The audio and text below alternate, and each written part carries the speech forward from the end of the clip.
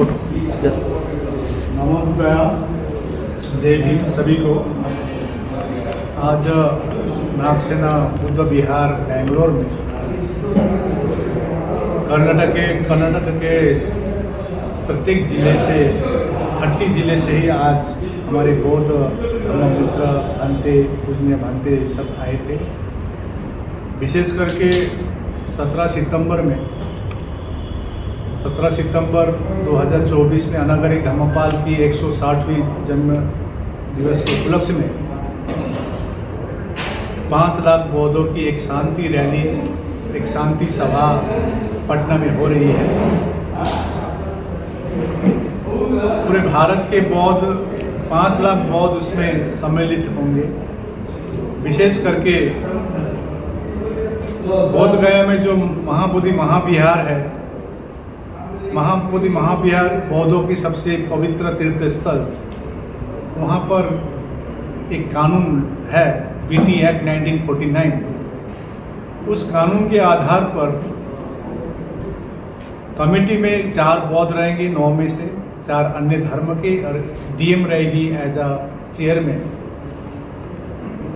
तो हमारी मांग है, जिस प्रकार से अन्य धर्म के जितने भी धर्म है, मुस्लिम हो या हिंदू भाई हो या सिख हो, क्रिश्चियन हो, अपने अपने जो धर्मस्थल है उसमें उसी धर्म के लोग ही संचालन करते हैं। तो महाबोधि महाविहार में हमारी मांग है कि संपूर्ण रूप से बौद्ध हो कमेटी में। और हम लोग ने काफ़ी ज्ञापनें दी गई थी। पिछली साल भी 26 नवंबर में हम लोग ने संविधान दिवस के उपलक्ष्य में भारत के संपूर्ण बौद्ध ने एक शांति रैली बोध गया में किए थे। आज विधानसभा में, बिहार के विधानसभा में बात उठी है और स्पीकर जवाब दे रहा है कि वहाँ पर शिवलिंग है। अब हमारे पास फोटोग्राफ है 1880 का, 1962 का, कोई शिवलिंग का कुछ नाम है ही नहीं, लेकिन जबरदस्ती वहाँ पर बोला जा रहा है कि शिवलिंग है। हम बौद्ध कभी भी ऊंची आवाज़ में अपनी मांग नहीं रखते, हम लोग शांति से।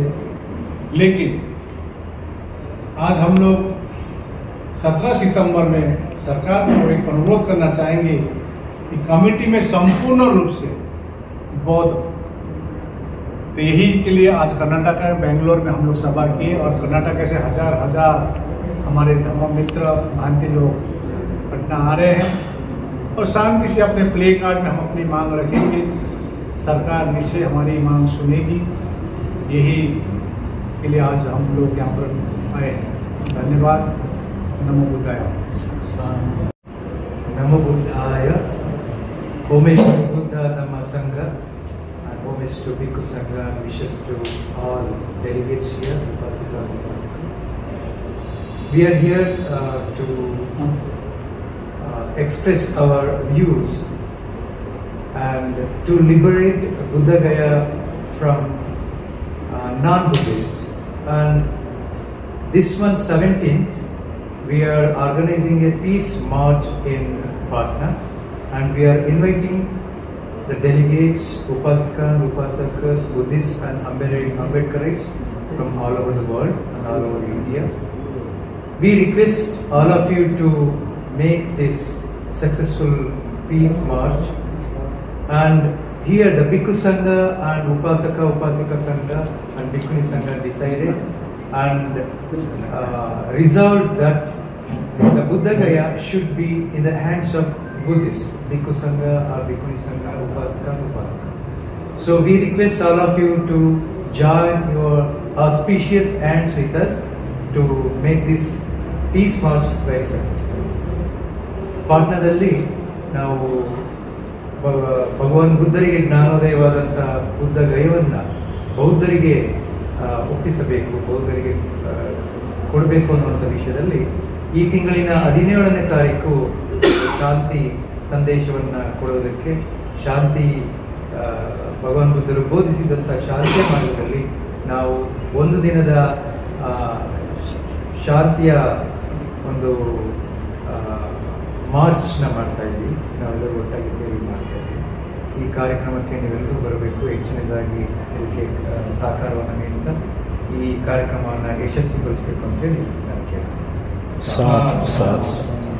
ಉಪಾಸಕಿಯರೇ,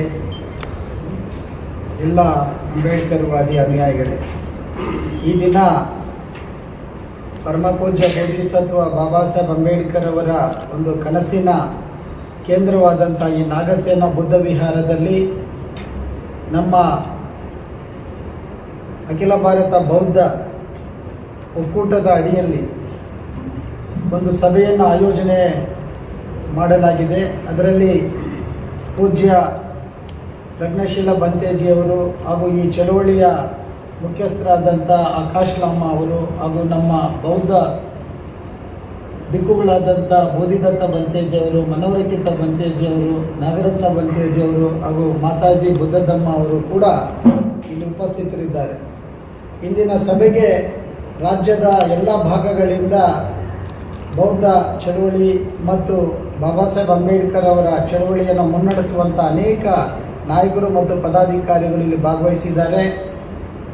ಇದರ ಮುಖ್ಯ ಉದ್ದೇಶ ಸೆಪ್ಟೆಂಬರ್ 17ನೇ ತಾರೀಕು ಪಾಟ್ನಾದಲ್ಲಿ ಜರುಗ್ತಾ ಇರುವಂತಹ ಏನು ನಮ್ಮ ಬುದ್ಧ ವಿಹಾರದ ಒಂದು ವಿಮೋಚನೆ, ತಥಾಗತ ಬುದ್ಧರಿಗೆ ಜ್ಞಾನೋದಯ ಆಗುವಂಥ ಅದು ಪವಿತ್ರವಾದಂಥ ಸ್ಥಳ. ಆ ಪವಿತ್ರವಾದಂಥ ಸ್ಥಳದಲ್ಲಿ ಸಾಮ್ರಾಟ್ ಅಶೋಕರವರ ಕಾಲದಿಂದಲೂ ಕೂಡ ಅಲ್ಲಿ ಒಂದು ವಿಹಾರವನ್ನು ಕಟ್ಟಿರುವಂಥದ್ದು ಇತಿಹಾಸದಲ್ಲಿ ದಾಖಲೆ ಆಗಿದೆ. ಆದರೆ ದುರಂತ ಇವತ್ತು ಆ ಒಂದು ತಥಾಗತರಿಗೆ ಜ್ಞಾನೋದಯವಾದಂತಹ ಆ ಬುದ್ಧ ವಿಹಾರವನ್ನು ಇವತ್ತು ವೈದಿಕ ವಂಶಸ್ಥರು ಅದನ್ನು ಇಟ್ಕೊಂಡಿದ್ದಾರೆ. ಅದರ ವಿರುದ್ಧ ನಡೆದಂಥ ಹೋರಾಟದಲ್ಲಿ ಈಗಾಗಲೇ 1949ರ ಒಂದು BT ಆ್ಯಕ್ಟ್ ಪ್ರಕಾರ ಅಲ್ಲಿ ಬೌದ್ಧರು ಮತ್ತು ಮಹಾಂತರುಗಳ ಅಲ್ಲಿನ ಜಿಲ್ಲಾಧಿಕಾರಿಗಳನ್ನು ಒಳಗೊಂಡ ಹಾಗೆ ಒಂದು ಸಂಸ್ಥೆಯನ್ನು ಸ್ಥಾಪಿಸಲಾಗಿದೆ ಒಂದು ಸರ್ಕಾರದ ವತಿಯಿಂದ. ಅದರ ಅಡಿಯಲ್ಲಿ ಆ ಬೌದ್ಧ ವಿಹಾರವನ್ನು ಮುನ್ನಡೆಸ್ತಾ ಇದ್ದಾರೆ. ಸೊ ಇಲ್ಲಿ ಬೇಡಿಕೆ, ಮುಖ್ಯವಾದಂಥ ಬೇಡಿಕೆ 1991ರಲ್ಲಿ ಏನು ಸುರೈ ಸುಸಯ್ಯ ಅವರು, ಬಂತೇಜಿಯವರು ನಡೆಸಿದಂಥ ಒಂದು ದೊಡ್ಡ ಚಳವಳಿ, ಆ ಚಳವಳಿಯ ಮುಂದುವರಿದ ಭಾಗವಾಗಿ ಇವತ್ತು ಸೆಪ್ಟೆಂಬರ್ 17ನೇ ತಾರೀಕಿಗೆ ಈ ಬುದ್ಧ ವಿಹಾರವನ್ನು ಬೌದ್ಧರಿಗೆ ಒಪ್ಪಿಸಬೇಕು ಅನ್ನುವಂಥ ದೊಡ್ಡ ಒಂದು ಹೋರಾಟ ಆರಂಭ ಆಗಿದೆ. ಇದು ಇಡೀ ನಾಡಿನಾದ್ಯಂತ ಎಲ್ಲ ಬೌದ್ಧರಿಗೆ ಒಂದು ದೊಡ್ಡ ರೀತಿಯಲ್ಲಿ ಈ ಹೋರಾಟದಲ್ಲಿ ಅವರು ಪಾಲ್ಗೊಳ್ಳಬೇಕಾಗಿದೆ. ಹಾಗೆ ಕರ್ನಾಟಕದಿಂದಲೂ ಕೂಡ ಅನೇಕರು ಪಾಟ್ನಾದಲ್ಲಿ ನಡೀತಾ ಇರುವಂಥ ಈ ಬುದ್ಧ ವಿಹಾರದ ವಿಮೋಚನೆಯ ಒಂದು ಹೋರಾಟಕ್ಕೆ ಇಲ್ಲಿಂದಲೂ ಕೂಡ ಸಾವಿರಾರು ಸಂಖ್ಯೆಯಲ್ಲಿ ನಮ್ಮ ಬೌದ್ಧ ಉಪಾಸಕ ಉಪಾಸಕಿಯರು ಹೋಗಬೇಕು ಅನ್ನುವಂಥ ಕರೆಯನ್ನು ಕೂಡ ಬಂತೇಜಿ, ಪ್ರಜ್ಞಾಶೀಲ ಬಂತೇಜಿ ಅವರು ನೀಡಿದ್ದಾರೆ. ಅದರ ಪ್ರಕಾರನೂ ಕೂಡ ಈಗಾಗಲೇ ನಮ್ಮ ಬೌದ್ಧ ಉಪಾಸಕರಾದಂಥ ಬುದ್ಧಘೋಷ ದೇವೇಂದ್ರ ಹೆಗಡೆಯವರ ಅವರ ನೇತೃತ್ವದಲ್ಲಿ ಅನೇಕರು ಇಲ್ಲಿ ಹೋಗುವ ಒಂದು ತೀರ್ಮಾನವನ್ನು ನಾವು ತೆಗೆದುಕೊಂಡಿದ್ದೇವೆ. ಹಾಗಾಗಿ ಎಲ್ಲ ಬೌದ್ಧ ವಿಹಾರಗಳನ್ನು ಈಗಾಗಲೇ ರಾಜ್ಯದಲ್ಲಿ ಅನೇಕ ಬೌದ್ಧ ವಿಹಾರಗಳು ಇವತ್ತು ನಮ್ಮ ರಾಜ್ಯದಲ್ಲೂ ಕೂಡ ಇದ್ದಾವೆ. ನಾವೆಲ್ಲರೂ ಕೂಡ ಈ ಒಂದು ಹೋರಾಟಕ್ಕೆ ನಾವು ಅಲ್ಲಿಗೆ ಹೊರಡಬೇಕು ಮತ್ತು ಆ ಒಂದು ಬೌದ್ಧ ವಿಹಾರ ಬೌದ್ಧರ ವಶಕ್ಕೆ ಸಿಗುವ ತನಕ ನಮ್ಮ ಹೋರಾಟವನ್ನು ನಾವು ಮುನ್ನಡೆಸಬೇಕು. ಬಾಬಾ ಸಾಹೇಬ್ ಅಂಬೇಡ್ಕರ್ ಅವರು ಹೇಳುವ ರೀತಿಯಲ್ಲಿ ಇದು ಪ್ರಬುದ್ಧ ಭಾರತ ನಿರ್ಮಾಣ ಆಗಬೇಕಾಗಿದೆ. ಹಾಗಾಗಿ ಅಂಬೇಡ್ಕರ್ ವಾದನೇ ನಮ್ಮ ಮಾರ್ಗ, ಬುದ್ಧ ಭಾರತ ನಿರ್ಮಾಣವೇ ನಮ್ಮ ಗುರಿ ಅನ್ನುವಂಥ ಒಂದು ವಿಚಾರದ ಅಡಿಯಲ್ಲಿ ಈ ಒಂದು ಬೌದ್ಧ ವಿಹಾರ ಬೌದ್ಧರಿಗೆ ದೊರಕಬೇಕು ಅನ್ನುವಂತಹ ಹೋರಾಟಕ್ಕೆ ನಾವೆಲ್ಲರೂ ಕೂಡ ಹೋಗಬೇಕು ಅನ್ನುವಂತಹ ಕರೆಯನ್ನು ಈ ಸಂದರ್ಭದಲ್ಲಿ ನಮ್ಮ ಈ ಎಲ್ಲ ಸಂಘಟಕರು ಕೊಡ್ತಾ ಇದ್ದಾರೆ. ತಾವು ಪಾಲ್ಗೊಳ್ಳಬೇಕು, ನಾವು ಕೂಡ ಭಾಗವಹಿಸ್ತೀವಿ ಅನ್ನುವಂಥ ಮಾತನ್ನು ಈ ಸಂದರ್ಭದಲ್ಲಿ ಹೇಳ್ತಾ ಎಲ್ಲ ಭಿಕ್ಕು ಸಂಘಕ್ಕೆ ವಂದಿಸ್ತೇನೆ. ಜೈ ಭೀಮ್, ಜೈ ಪ್ರಬುದ್ಧ ಭಾರತ್.